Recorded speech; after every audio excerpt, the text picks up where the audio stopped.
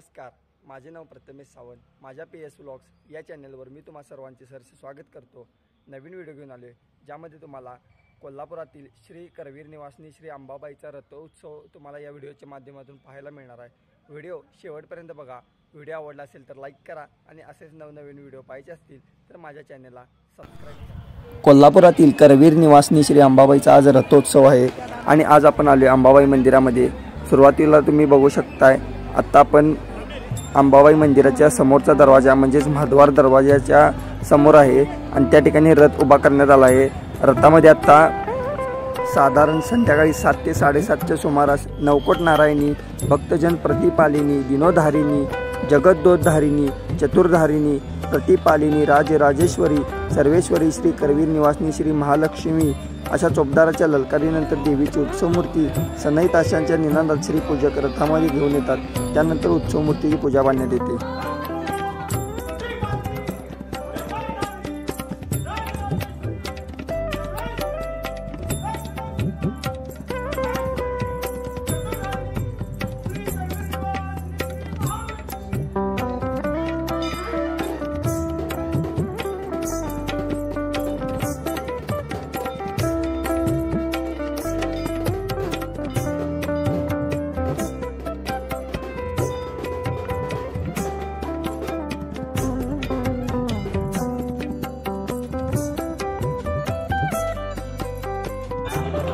गाभाऱ्यातून चोपदारांची ललकारी झाल्यानंतर आणि तोफेची सलामी झाल्यानंतर उत्सव मूर्ती बाहेर आणली जाते रथात ठेवण्यासाठी व ती रथामध्ये त्याची दागिन्यांनी अलंकारित पूजा बांधली जाते।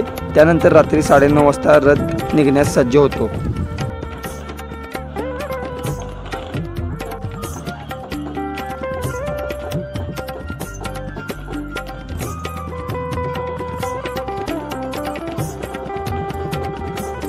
अंबाबाई मंदिरामध्ये दररोज रात्री शेजारती असते। त्या शेजारतीला या ग्रुपच्या वतीने प्रत्येक पौर्णिमेच्या पालखीला प्रसाद वाटप करण्यात येतो।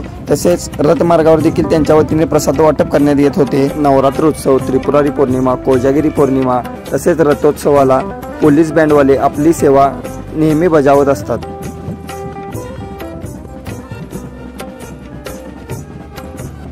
कोल्हापूरचे छत्रपती मालोजी राजे, कोल्हापूर उत्तरचे आमदार राजे क्षीरसागर तसेच देवस्थान समितीचे सचिव शिवराज नायकवडी साहेब तसेच महादेव दिंडे साहेब यांच्या वतीने आरती करण्यात आली व त्यानंतर रथोत्सवाला सुरुवात झाली।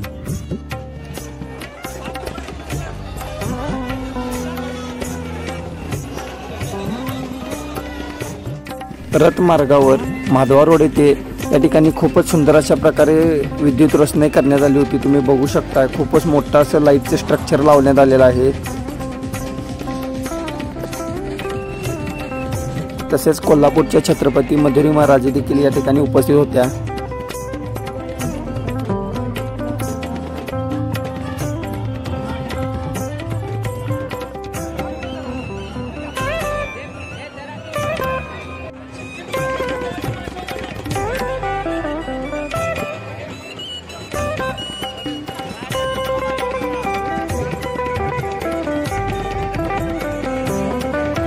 पालखी मार्गावर खूपच सुंदर अशा प्रकारे मोठमोठ्या रांगोळ्या काढण्यात आल्या होत्या।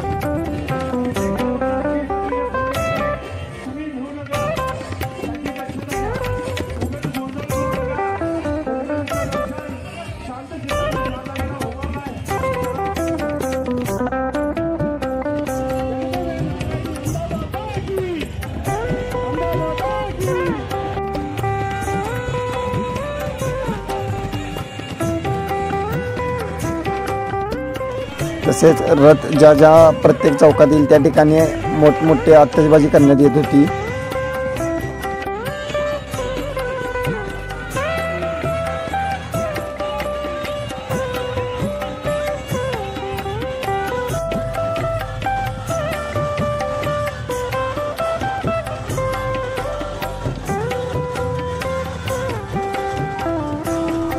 रथाला जिथे जिथे भाविक विनंती करतात तिथे रथ थांबवून भाविकांची आरती स्वीकारली जाते। तसेच पुढे गुजरी चौकामध्ये भव्य आतिषबाजी करण्यात येते। रथ नगारखाना ओलांडून भवानी मंडपाकडे येतो। यावेळीचे दृश्य हे खूप सुंदर असते। करवीर भूमीमध्ये आईसाहेब आपल्या भक्तांच्या भेटीसाठी येत असते। पुढे रथ भवानी मंडपाच्या चौकाकडे येतो.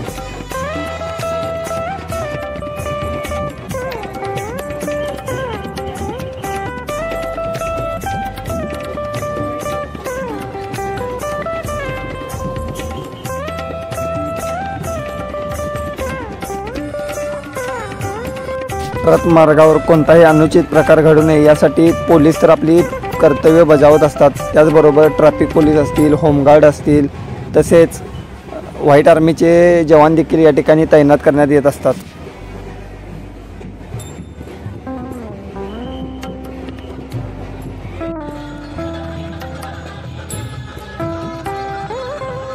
रथाच्या सुरुवातीलाच म्हणजेच सगळ्यात पुढे पारंपरिक वाद्य ऑर्केस्ट्रा हे देखील खूप सुंदर अशा प्रकारे वादन करत होते.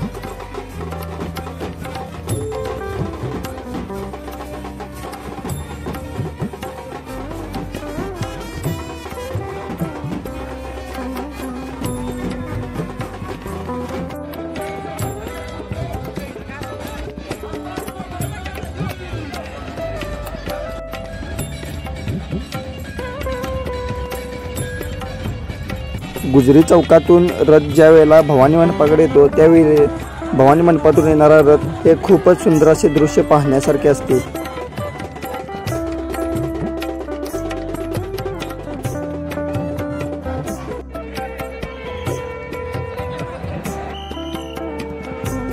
भवानी मंडपातून रथ पुढे आल्यानंतर या ठिकाणी तुळजाभवानीच्या मंदिराच्या समोर रथ येतो व त्या ठिकाणी आरती केली जाते.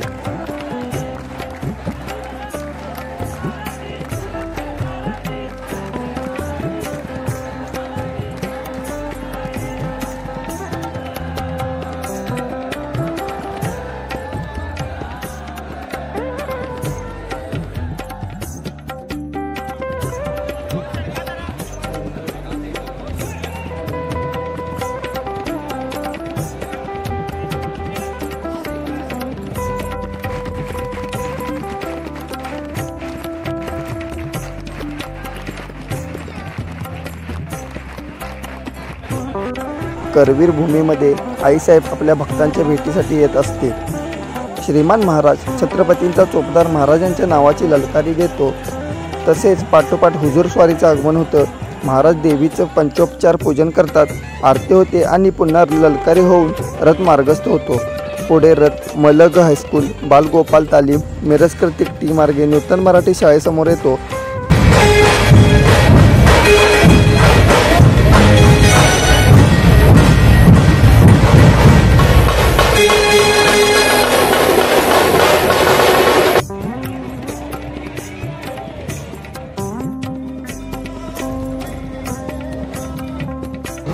पाटकांच्या घरासमोर रथ येतात. चोपदार व रोशन नाईक रथावरून उतरतात आणि रंकोबाच्या देवळात जातात. श्री रंगभैरव अर्थात कोल्हापूरचा कोतवाल जणू अंबाबाईच्या निरोपाचीच वाट बघत सदरेवर बसलेला असतो. महालक्ष्मीच्या चोपदारांनी ललकारी देताच रंकोबा आपल्या देवळात जातो. पुन्हा दर्शन करून हा लवाजमा बिनखांबी गणपतीकडे जातो. तिथेही अशीच पंचोपचार पूजा ललकारी होऊन चोपदार रथावर येतात. सध्या रंकोबाच्या मंदिरामध्ये आरती चालू आहे.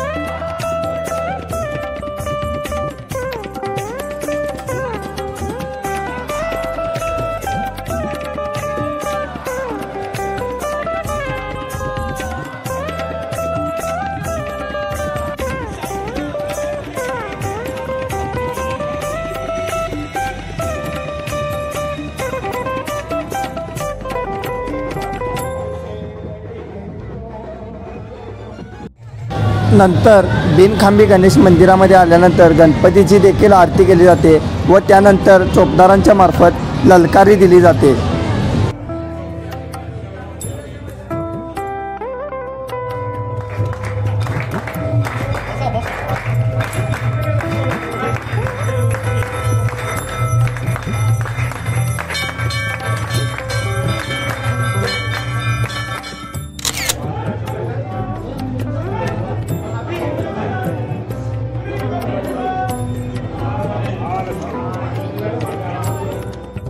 पुढे महाद्वाराचा मुख्य मार्गावर रथ येतो।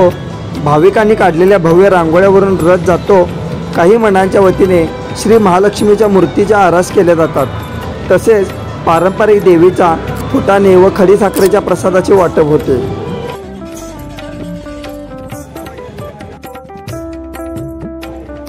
अखेर आईसाहेब प्रदक्षिणा करून महाद्वारात प्रवेश करतात। कदम घराण्यातील स्त्रिया पारंपरिक मानाप्रमाणे आईसाहेबांची दृष्ट काढतात। श्रीपूजक पालखी घेऊन येतात। रथातून उतरलेली श्री महालक्ष्मी उत्सव मूर्ती पालखीत बसते। परंपरेप्रमाणे अगस्तीच्या दीपमाळेला प्रदक्षिणा करून 7 टप्प्यावर गायन सेवा घेऊन आईसाहेबांची पालखी सदरेवर येते। भक्तांना आशीर्वाद देते।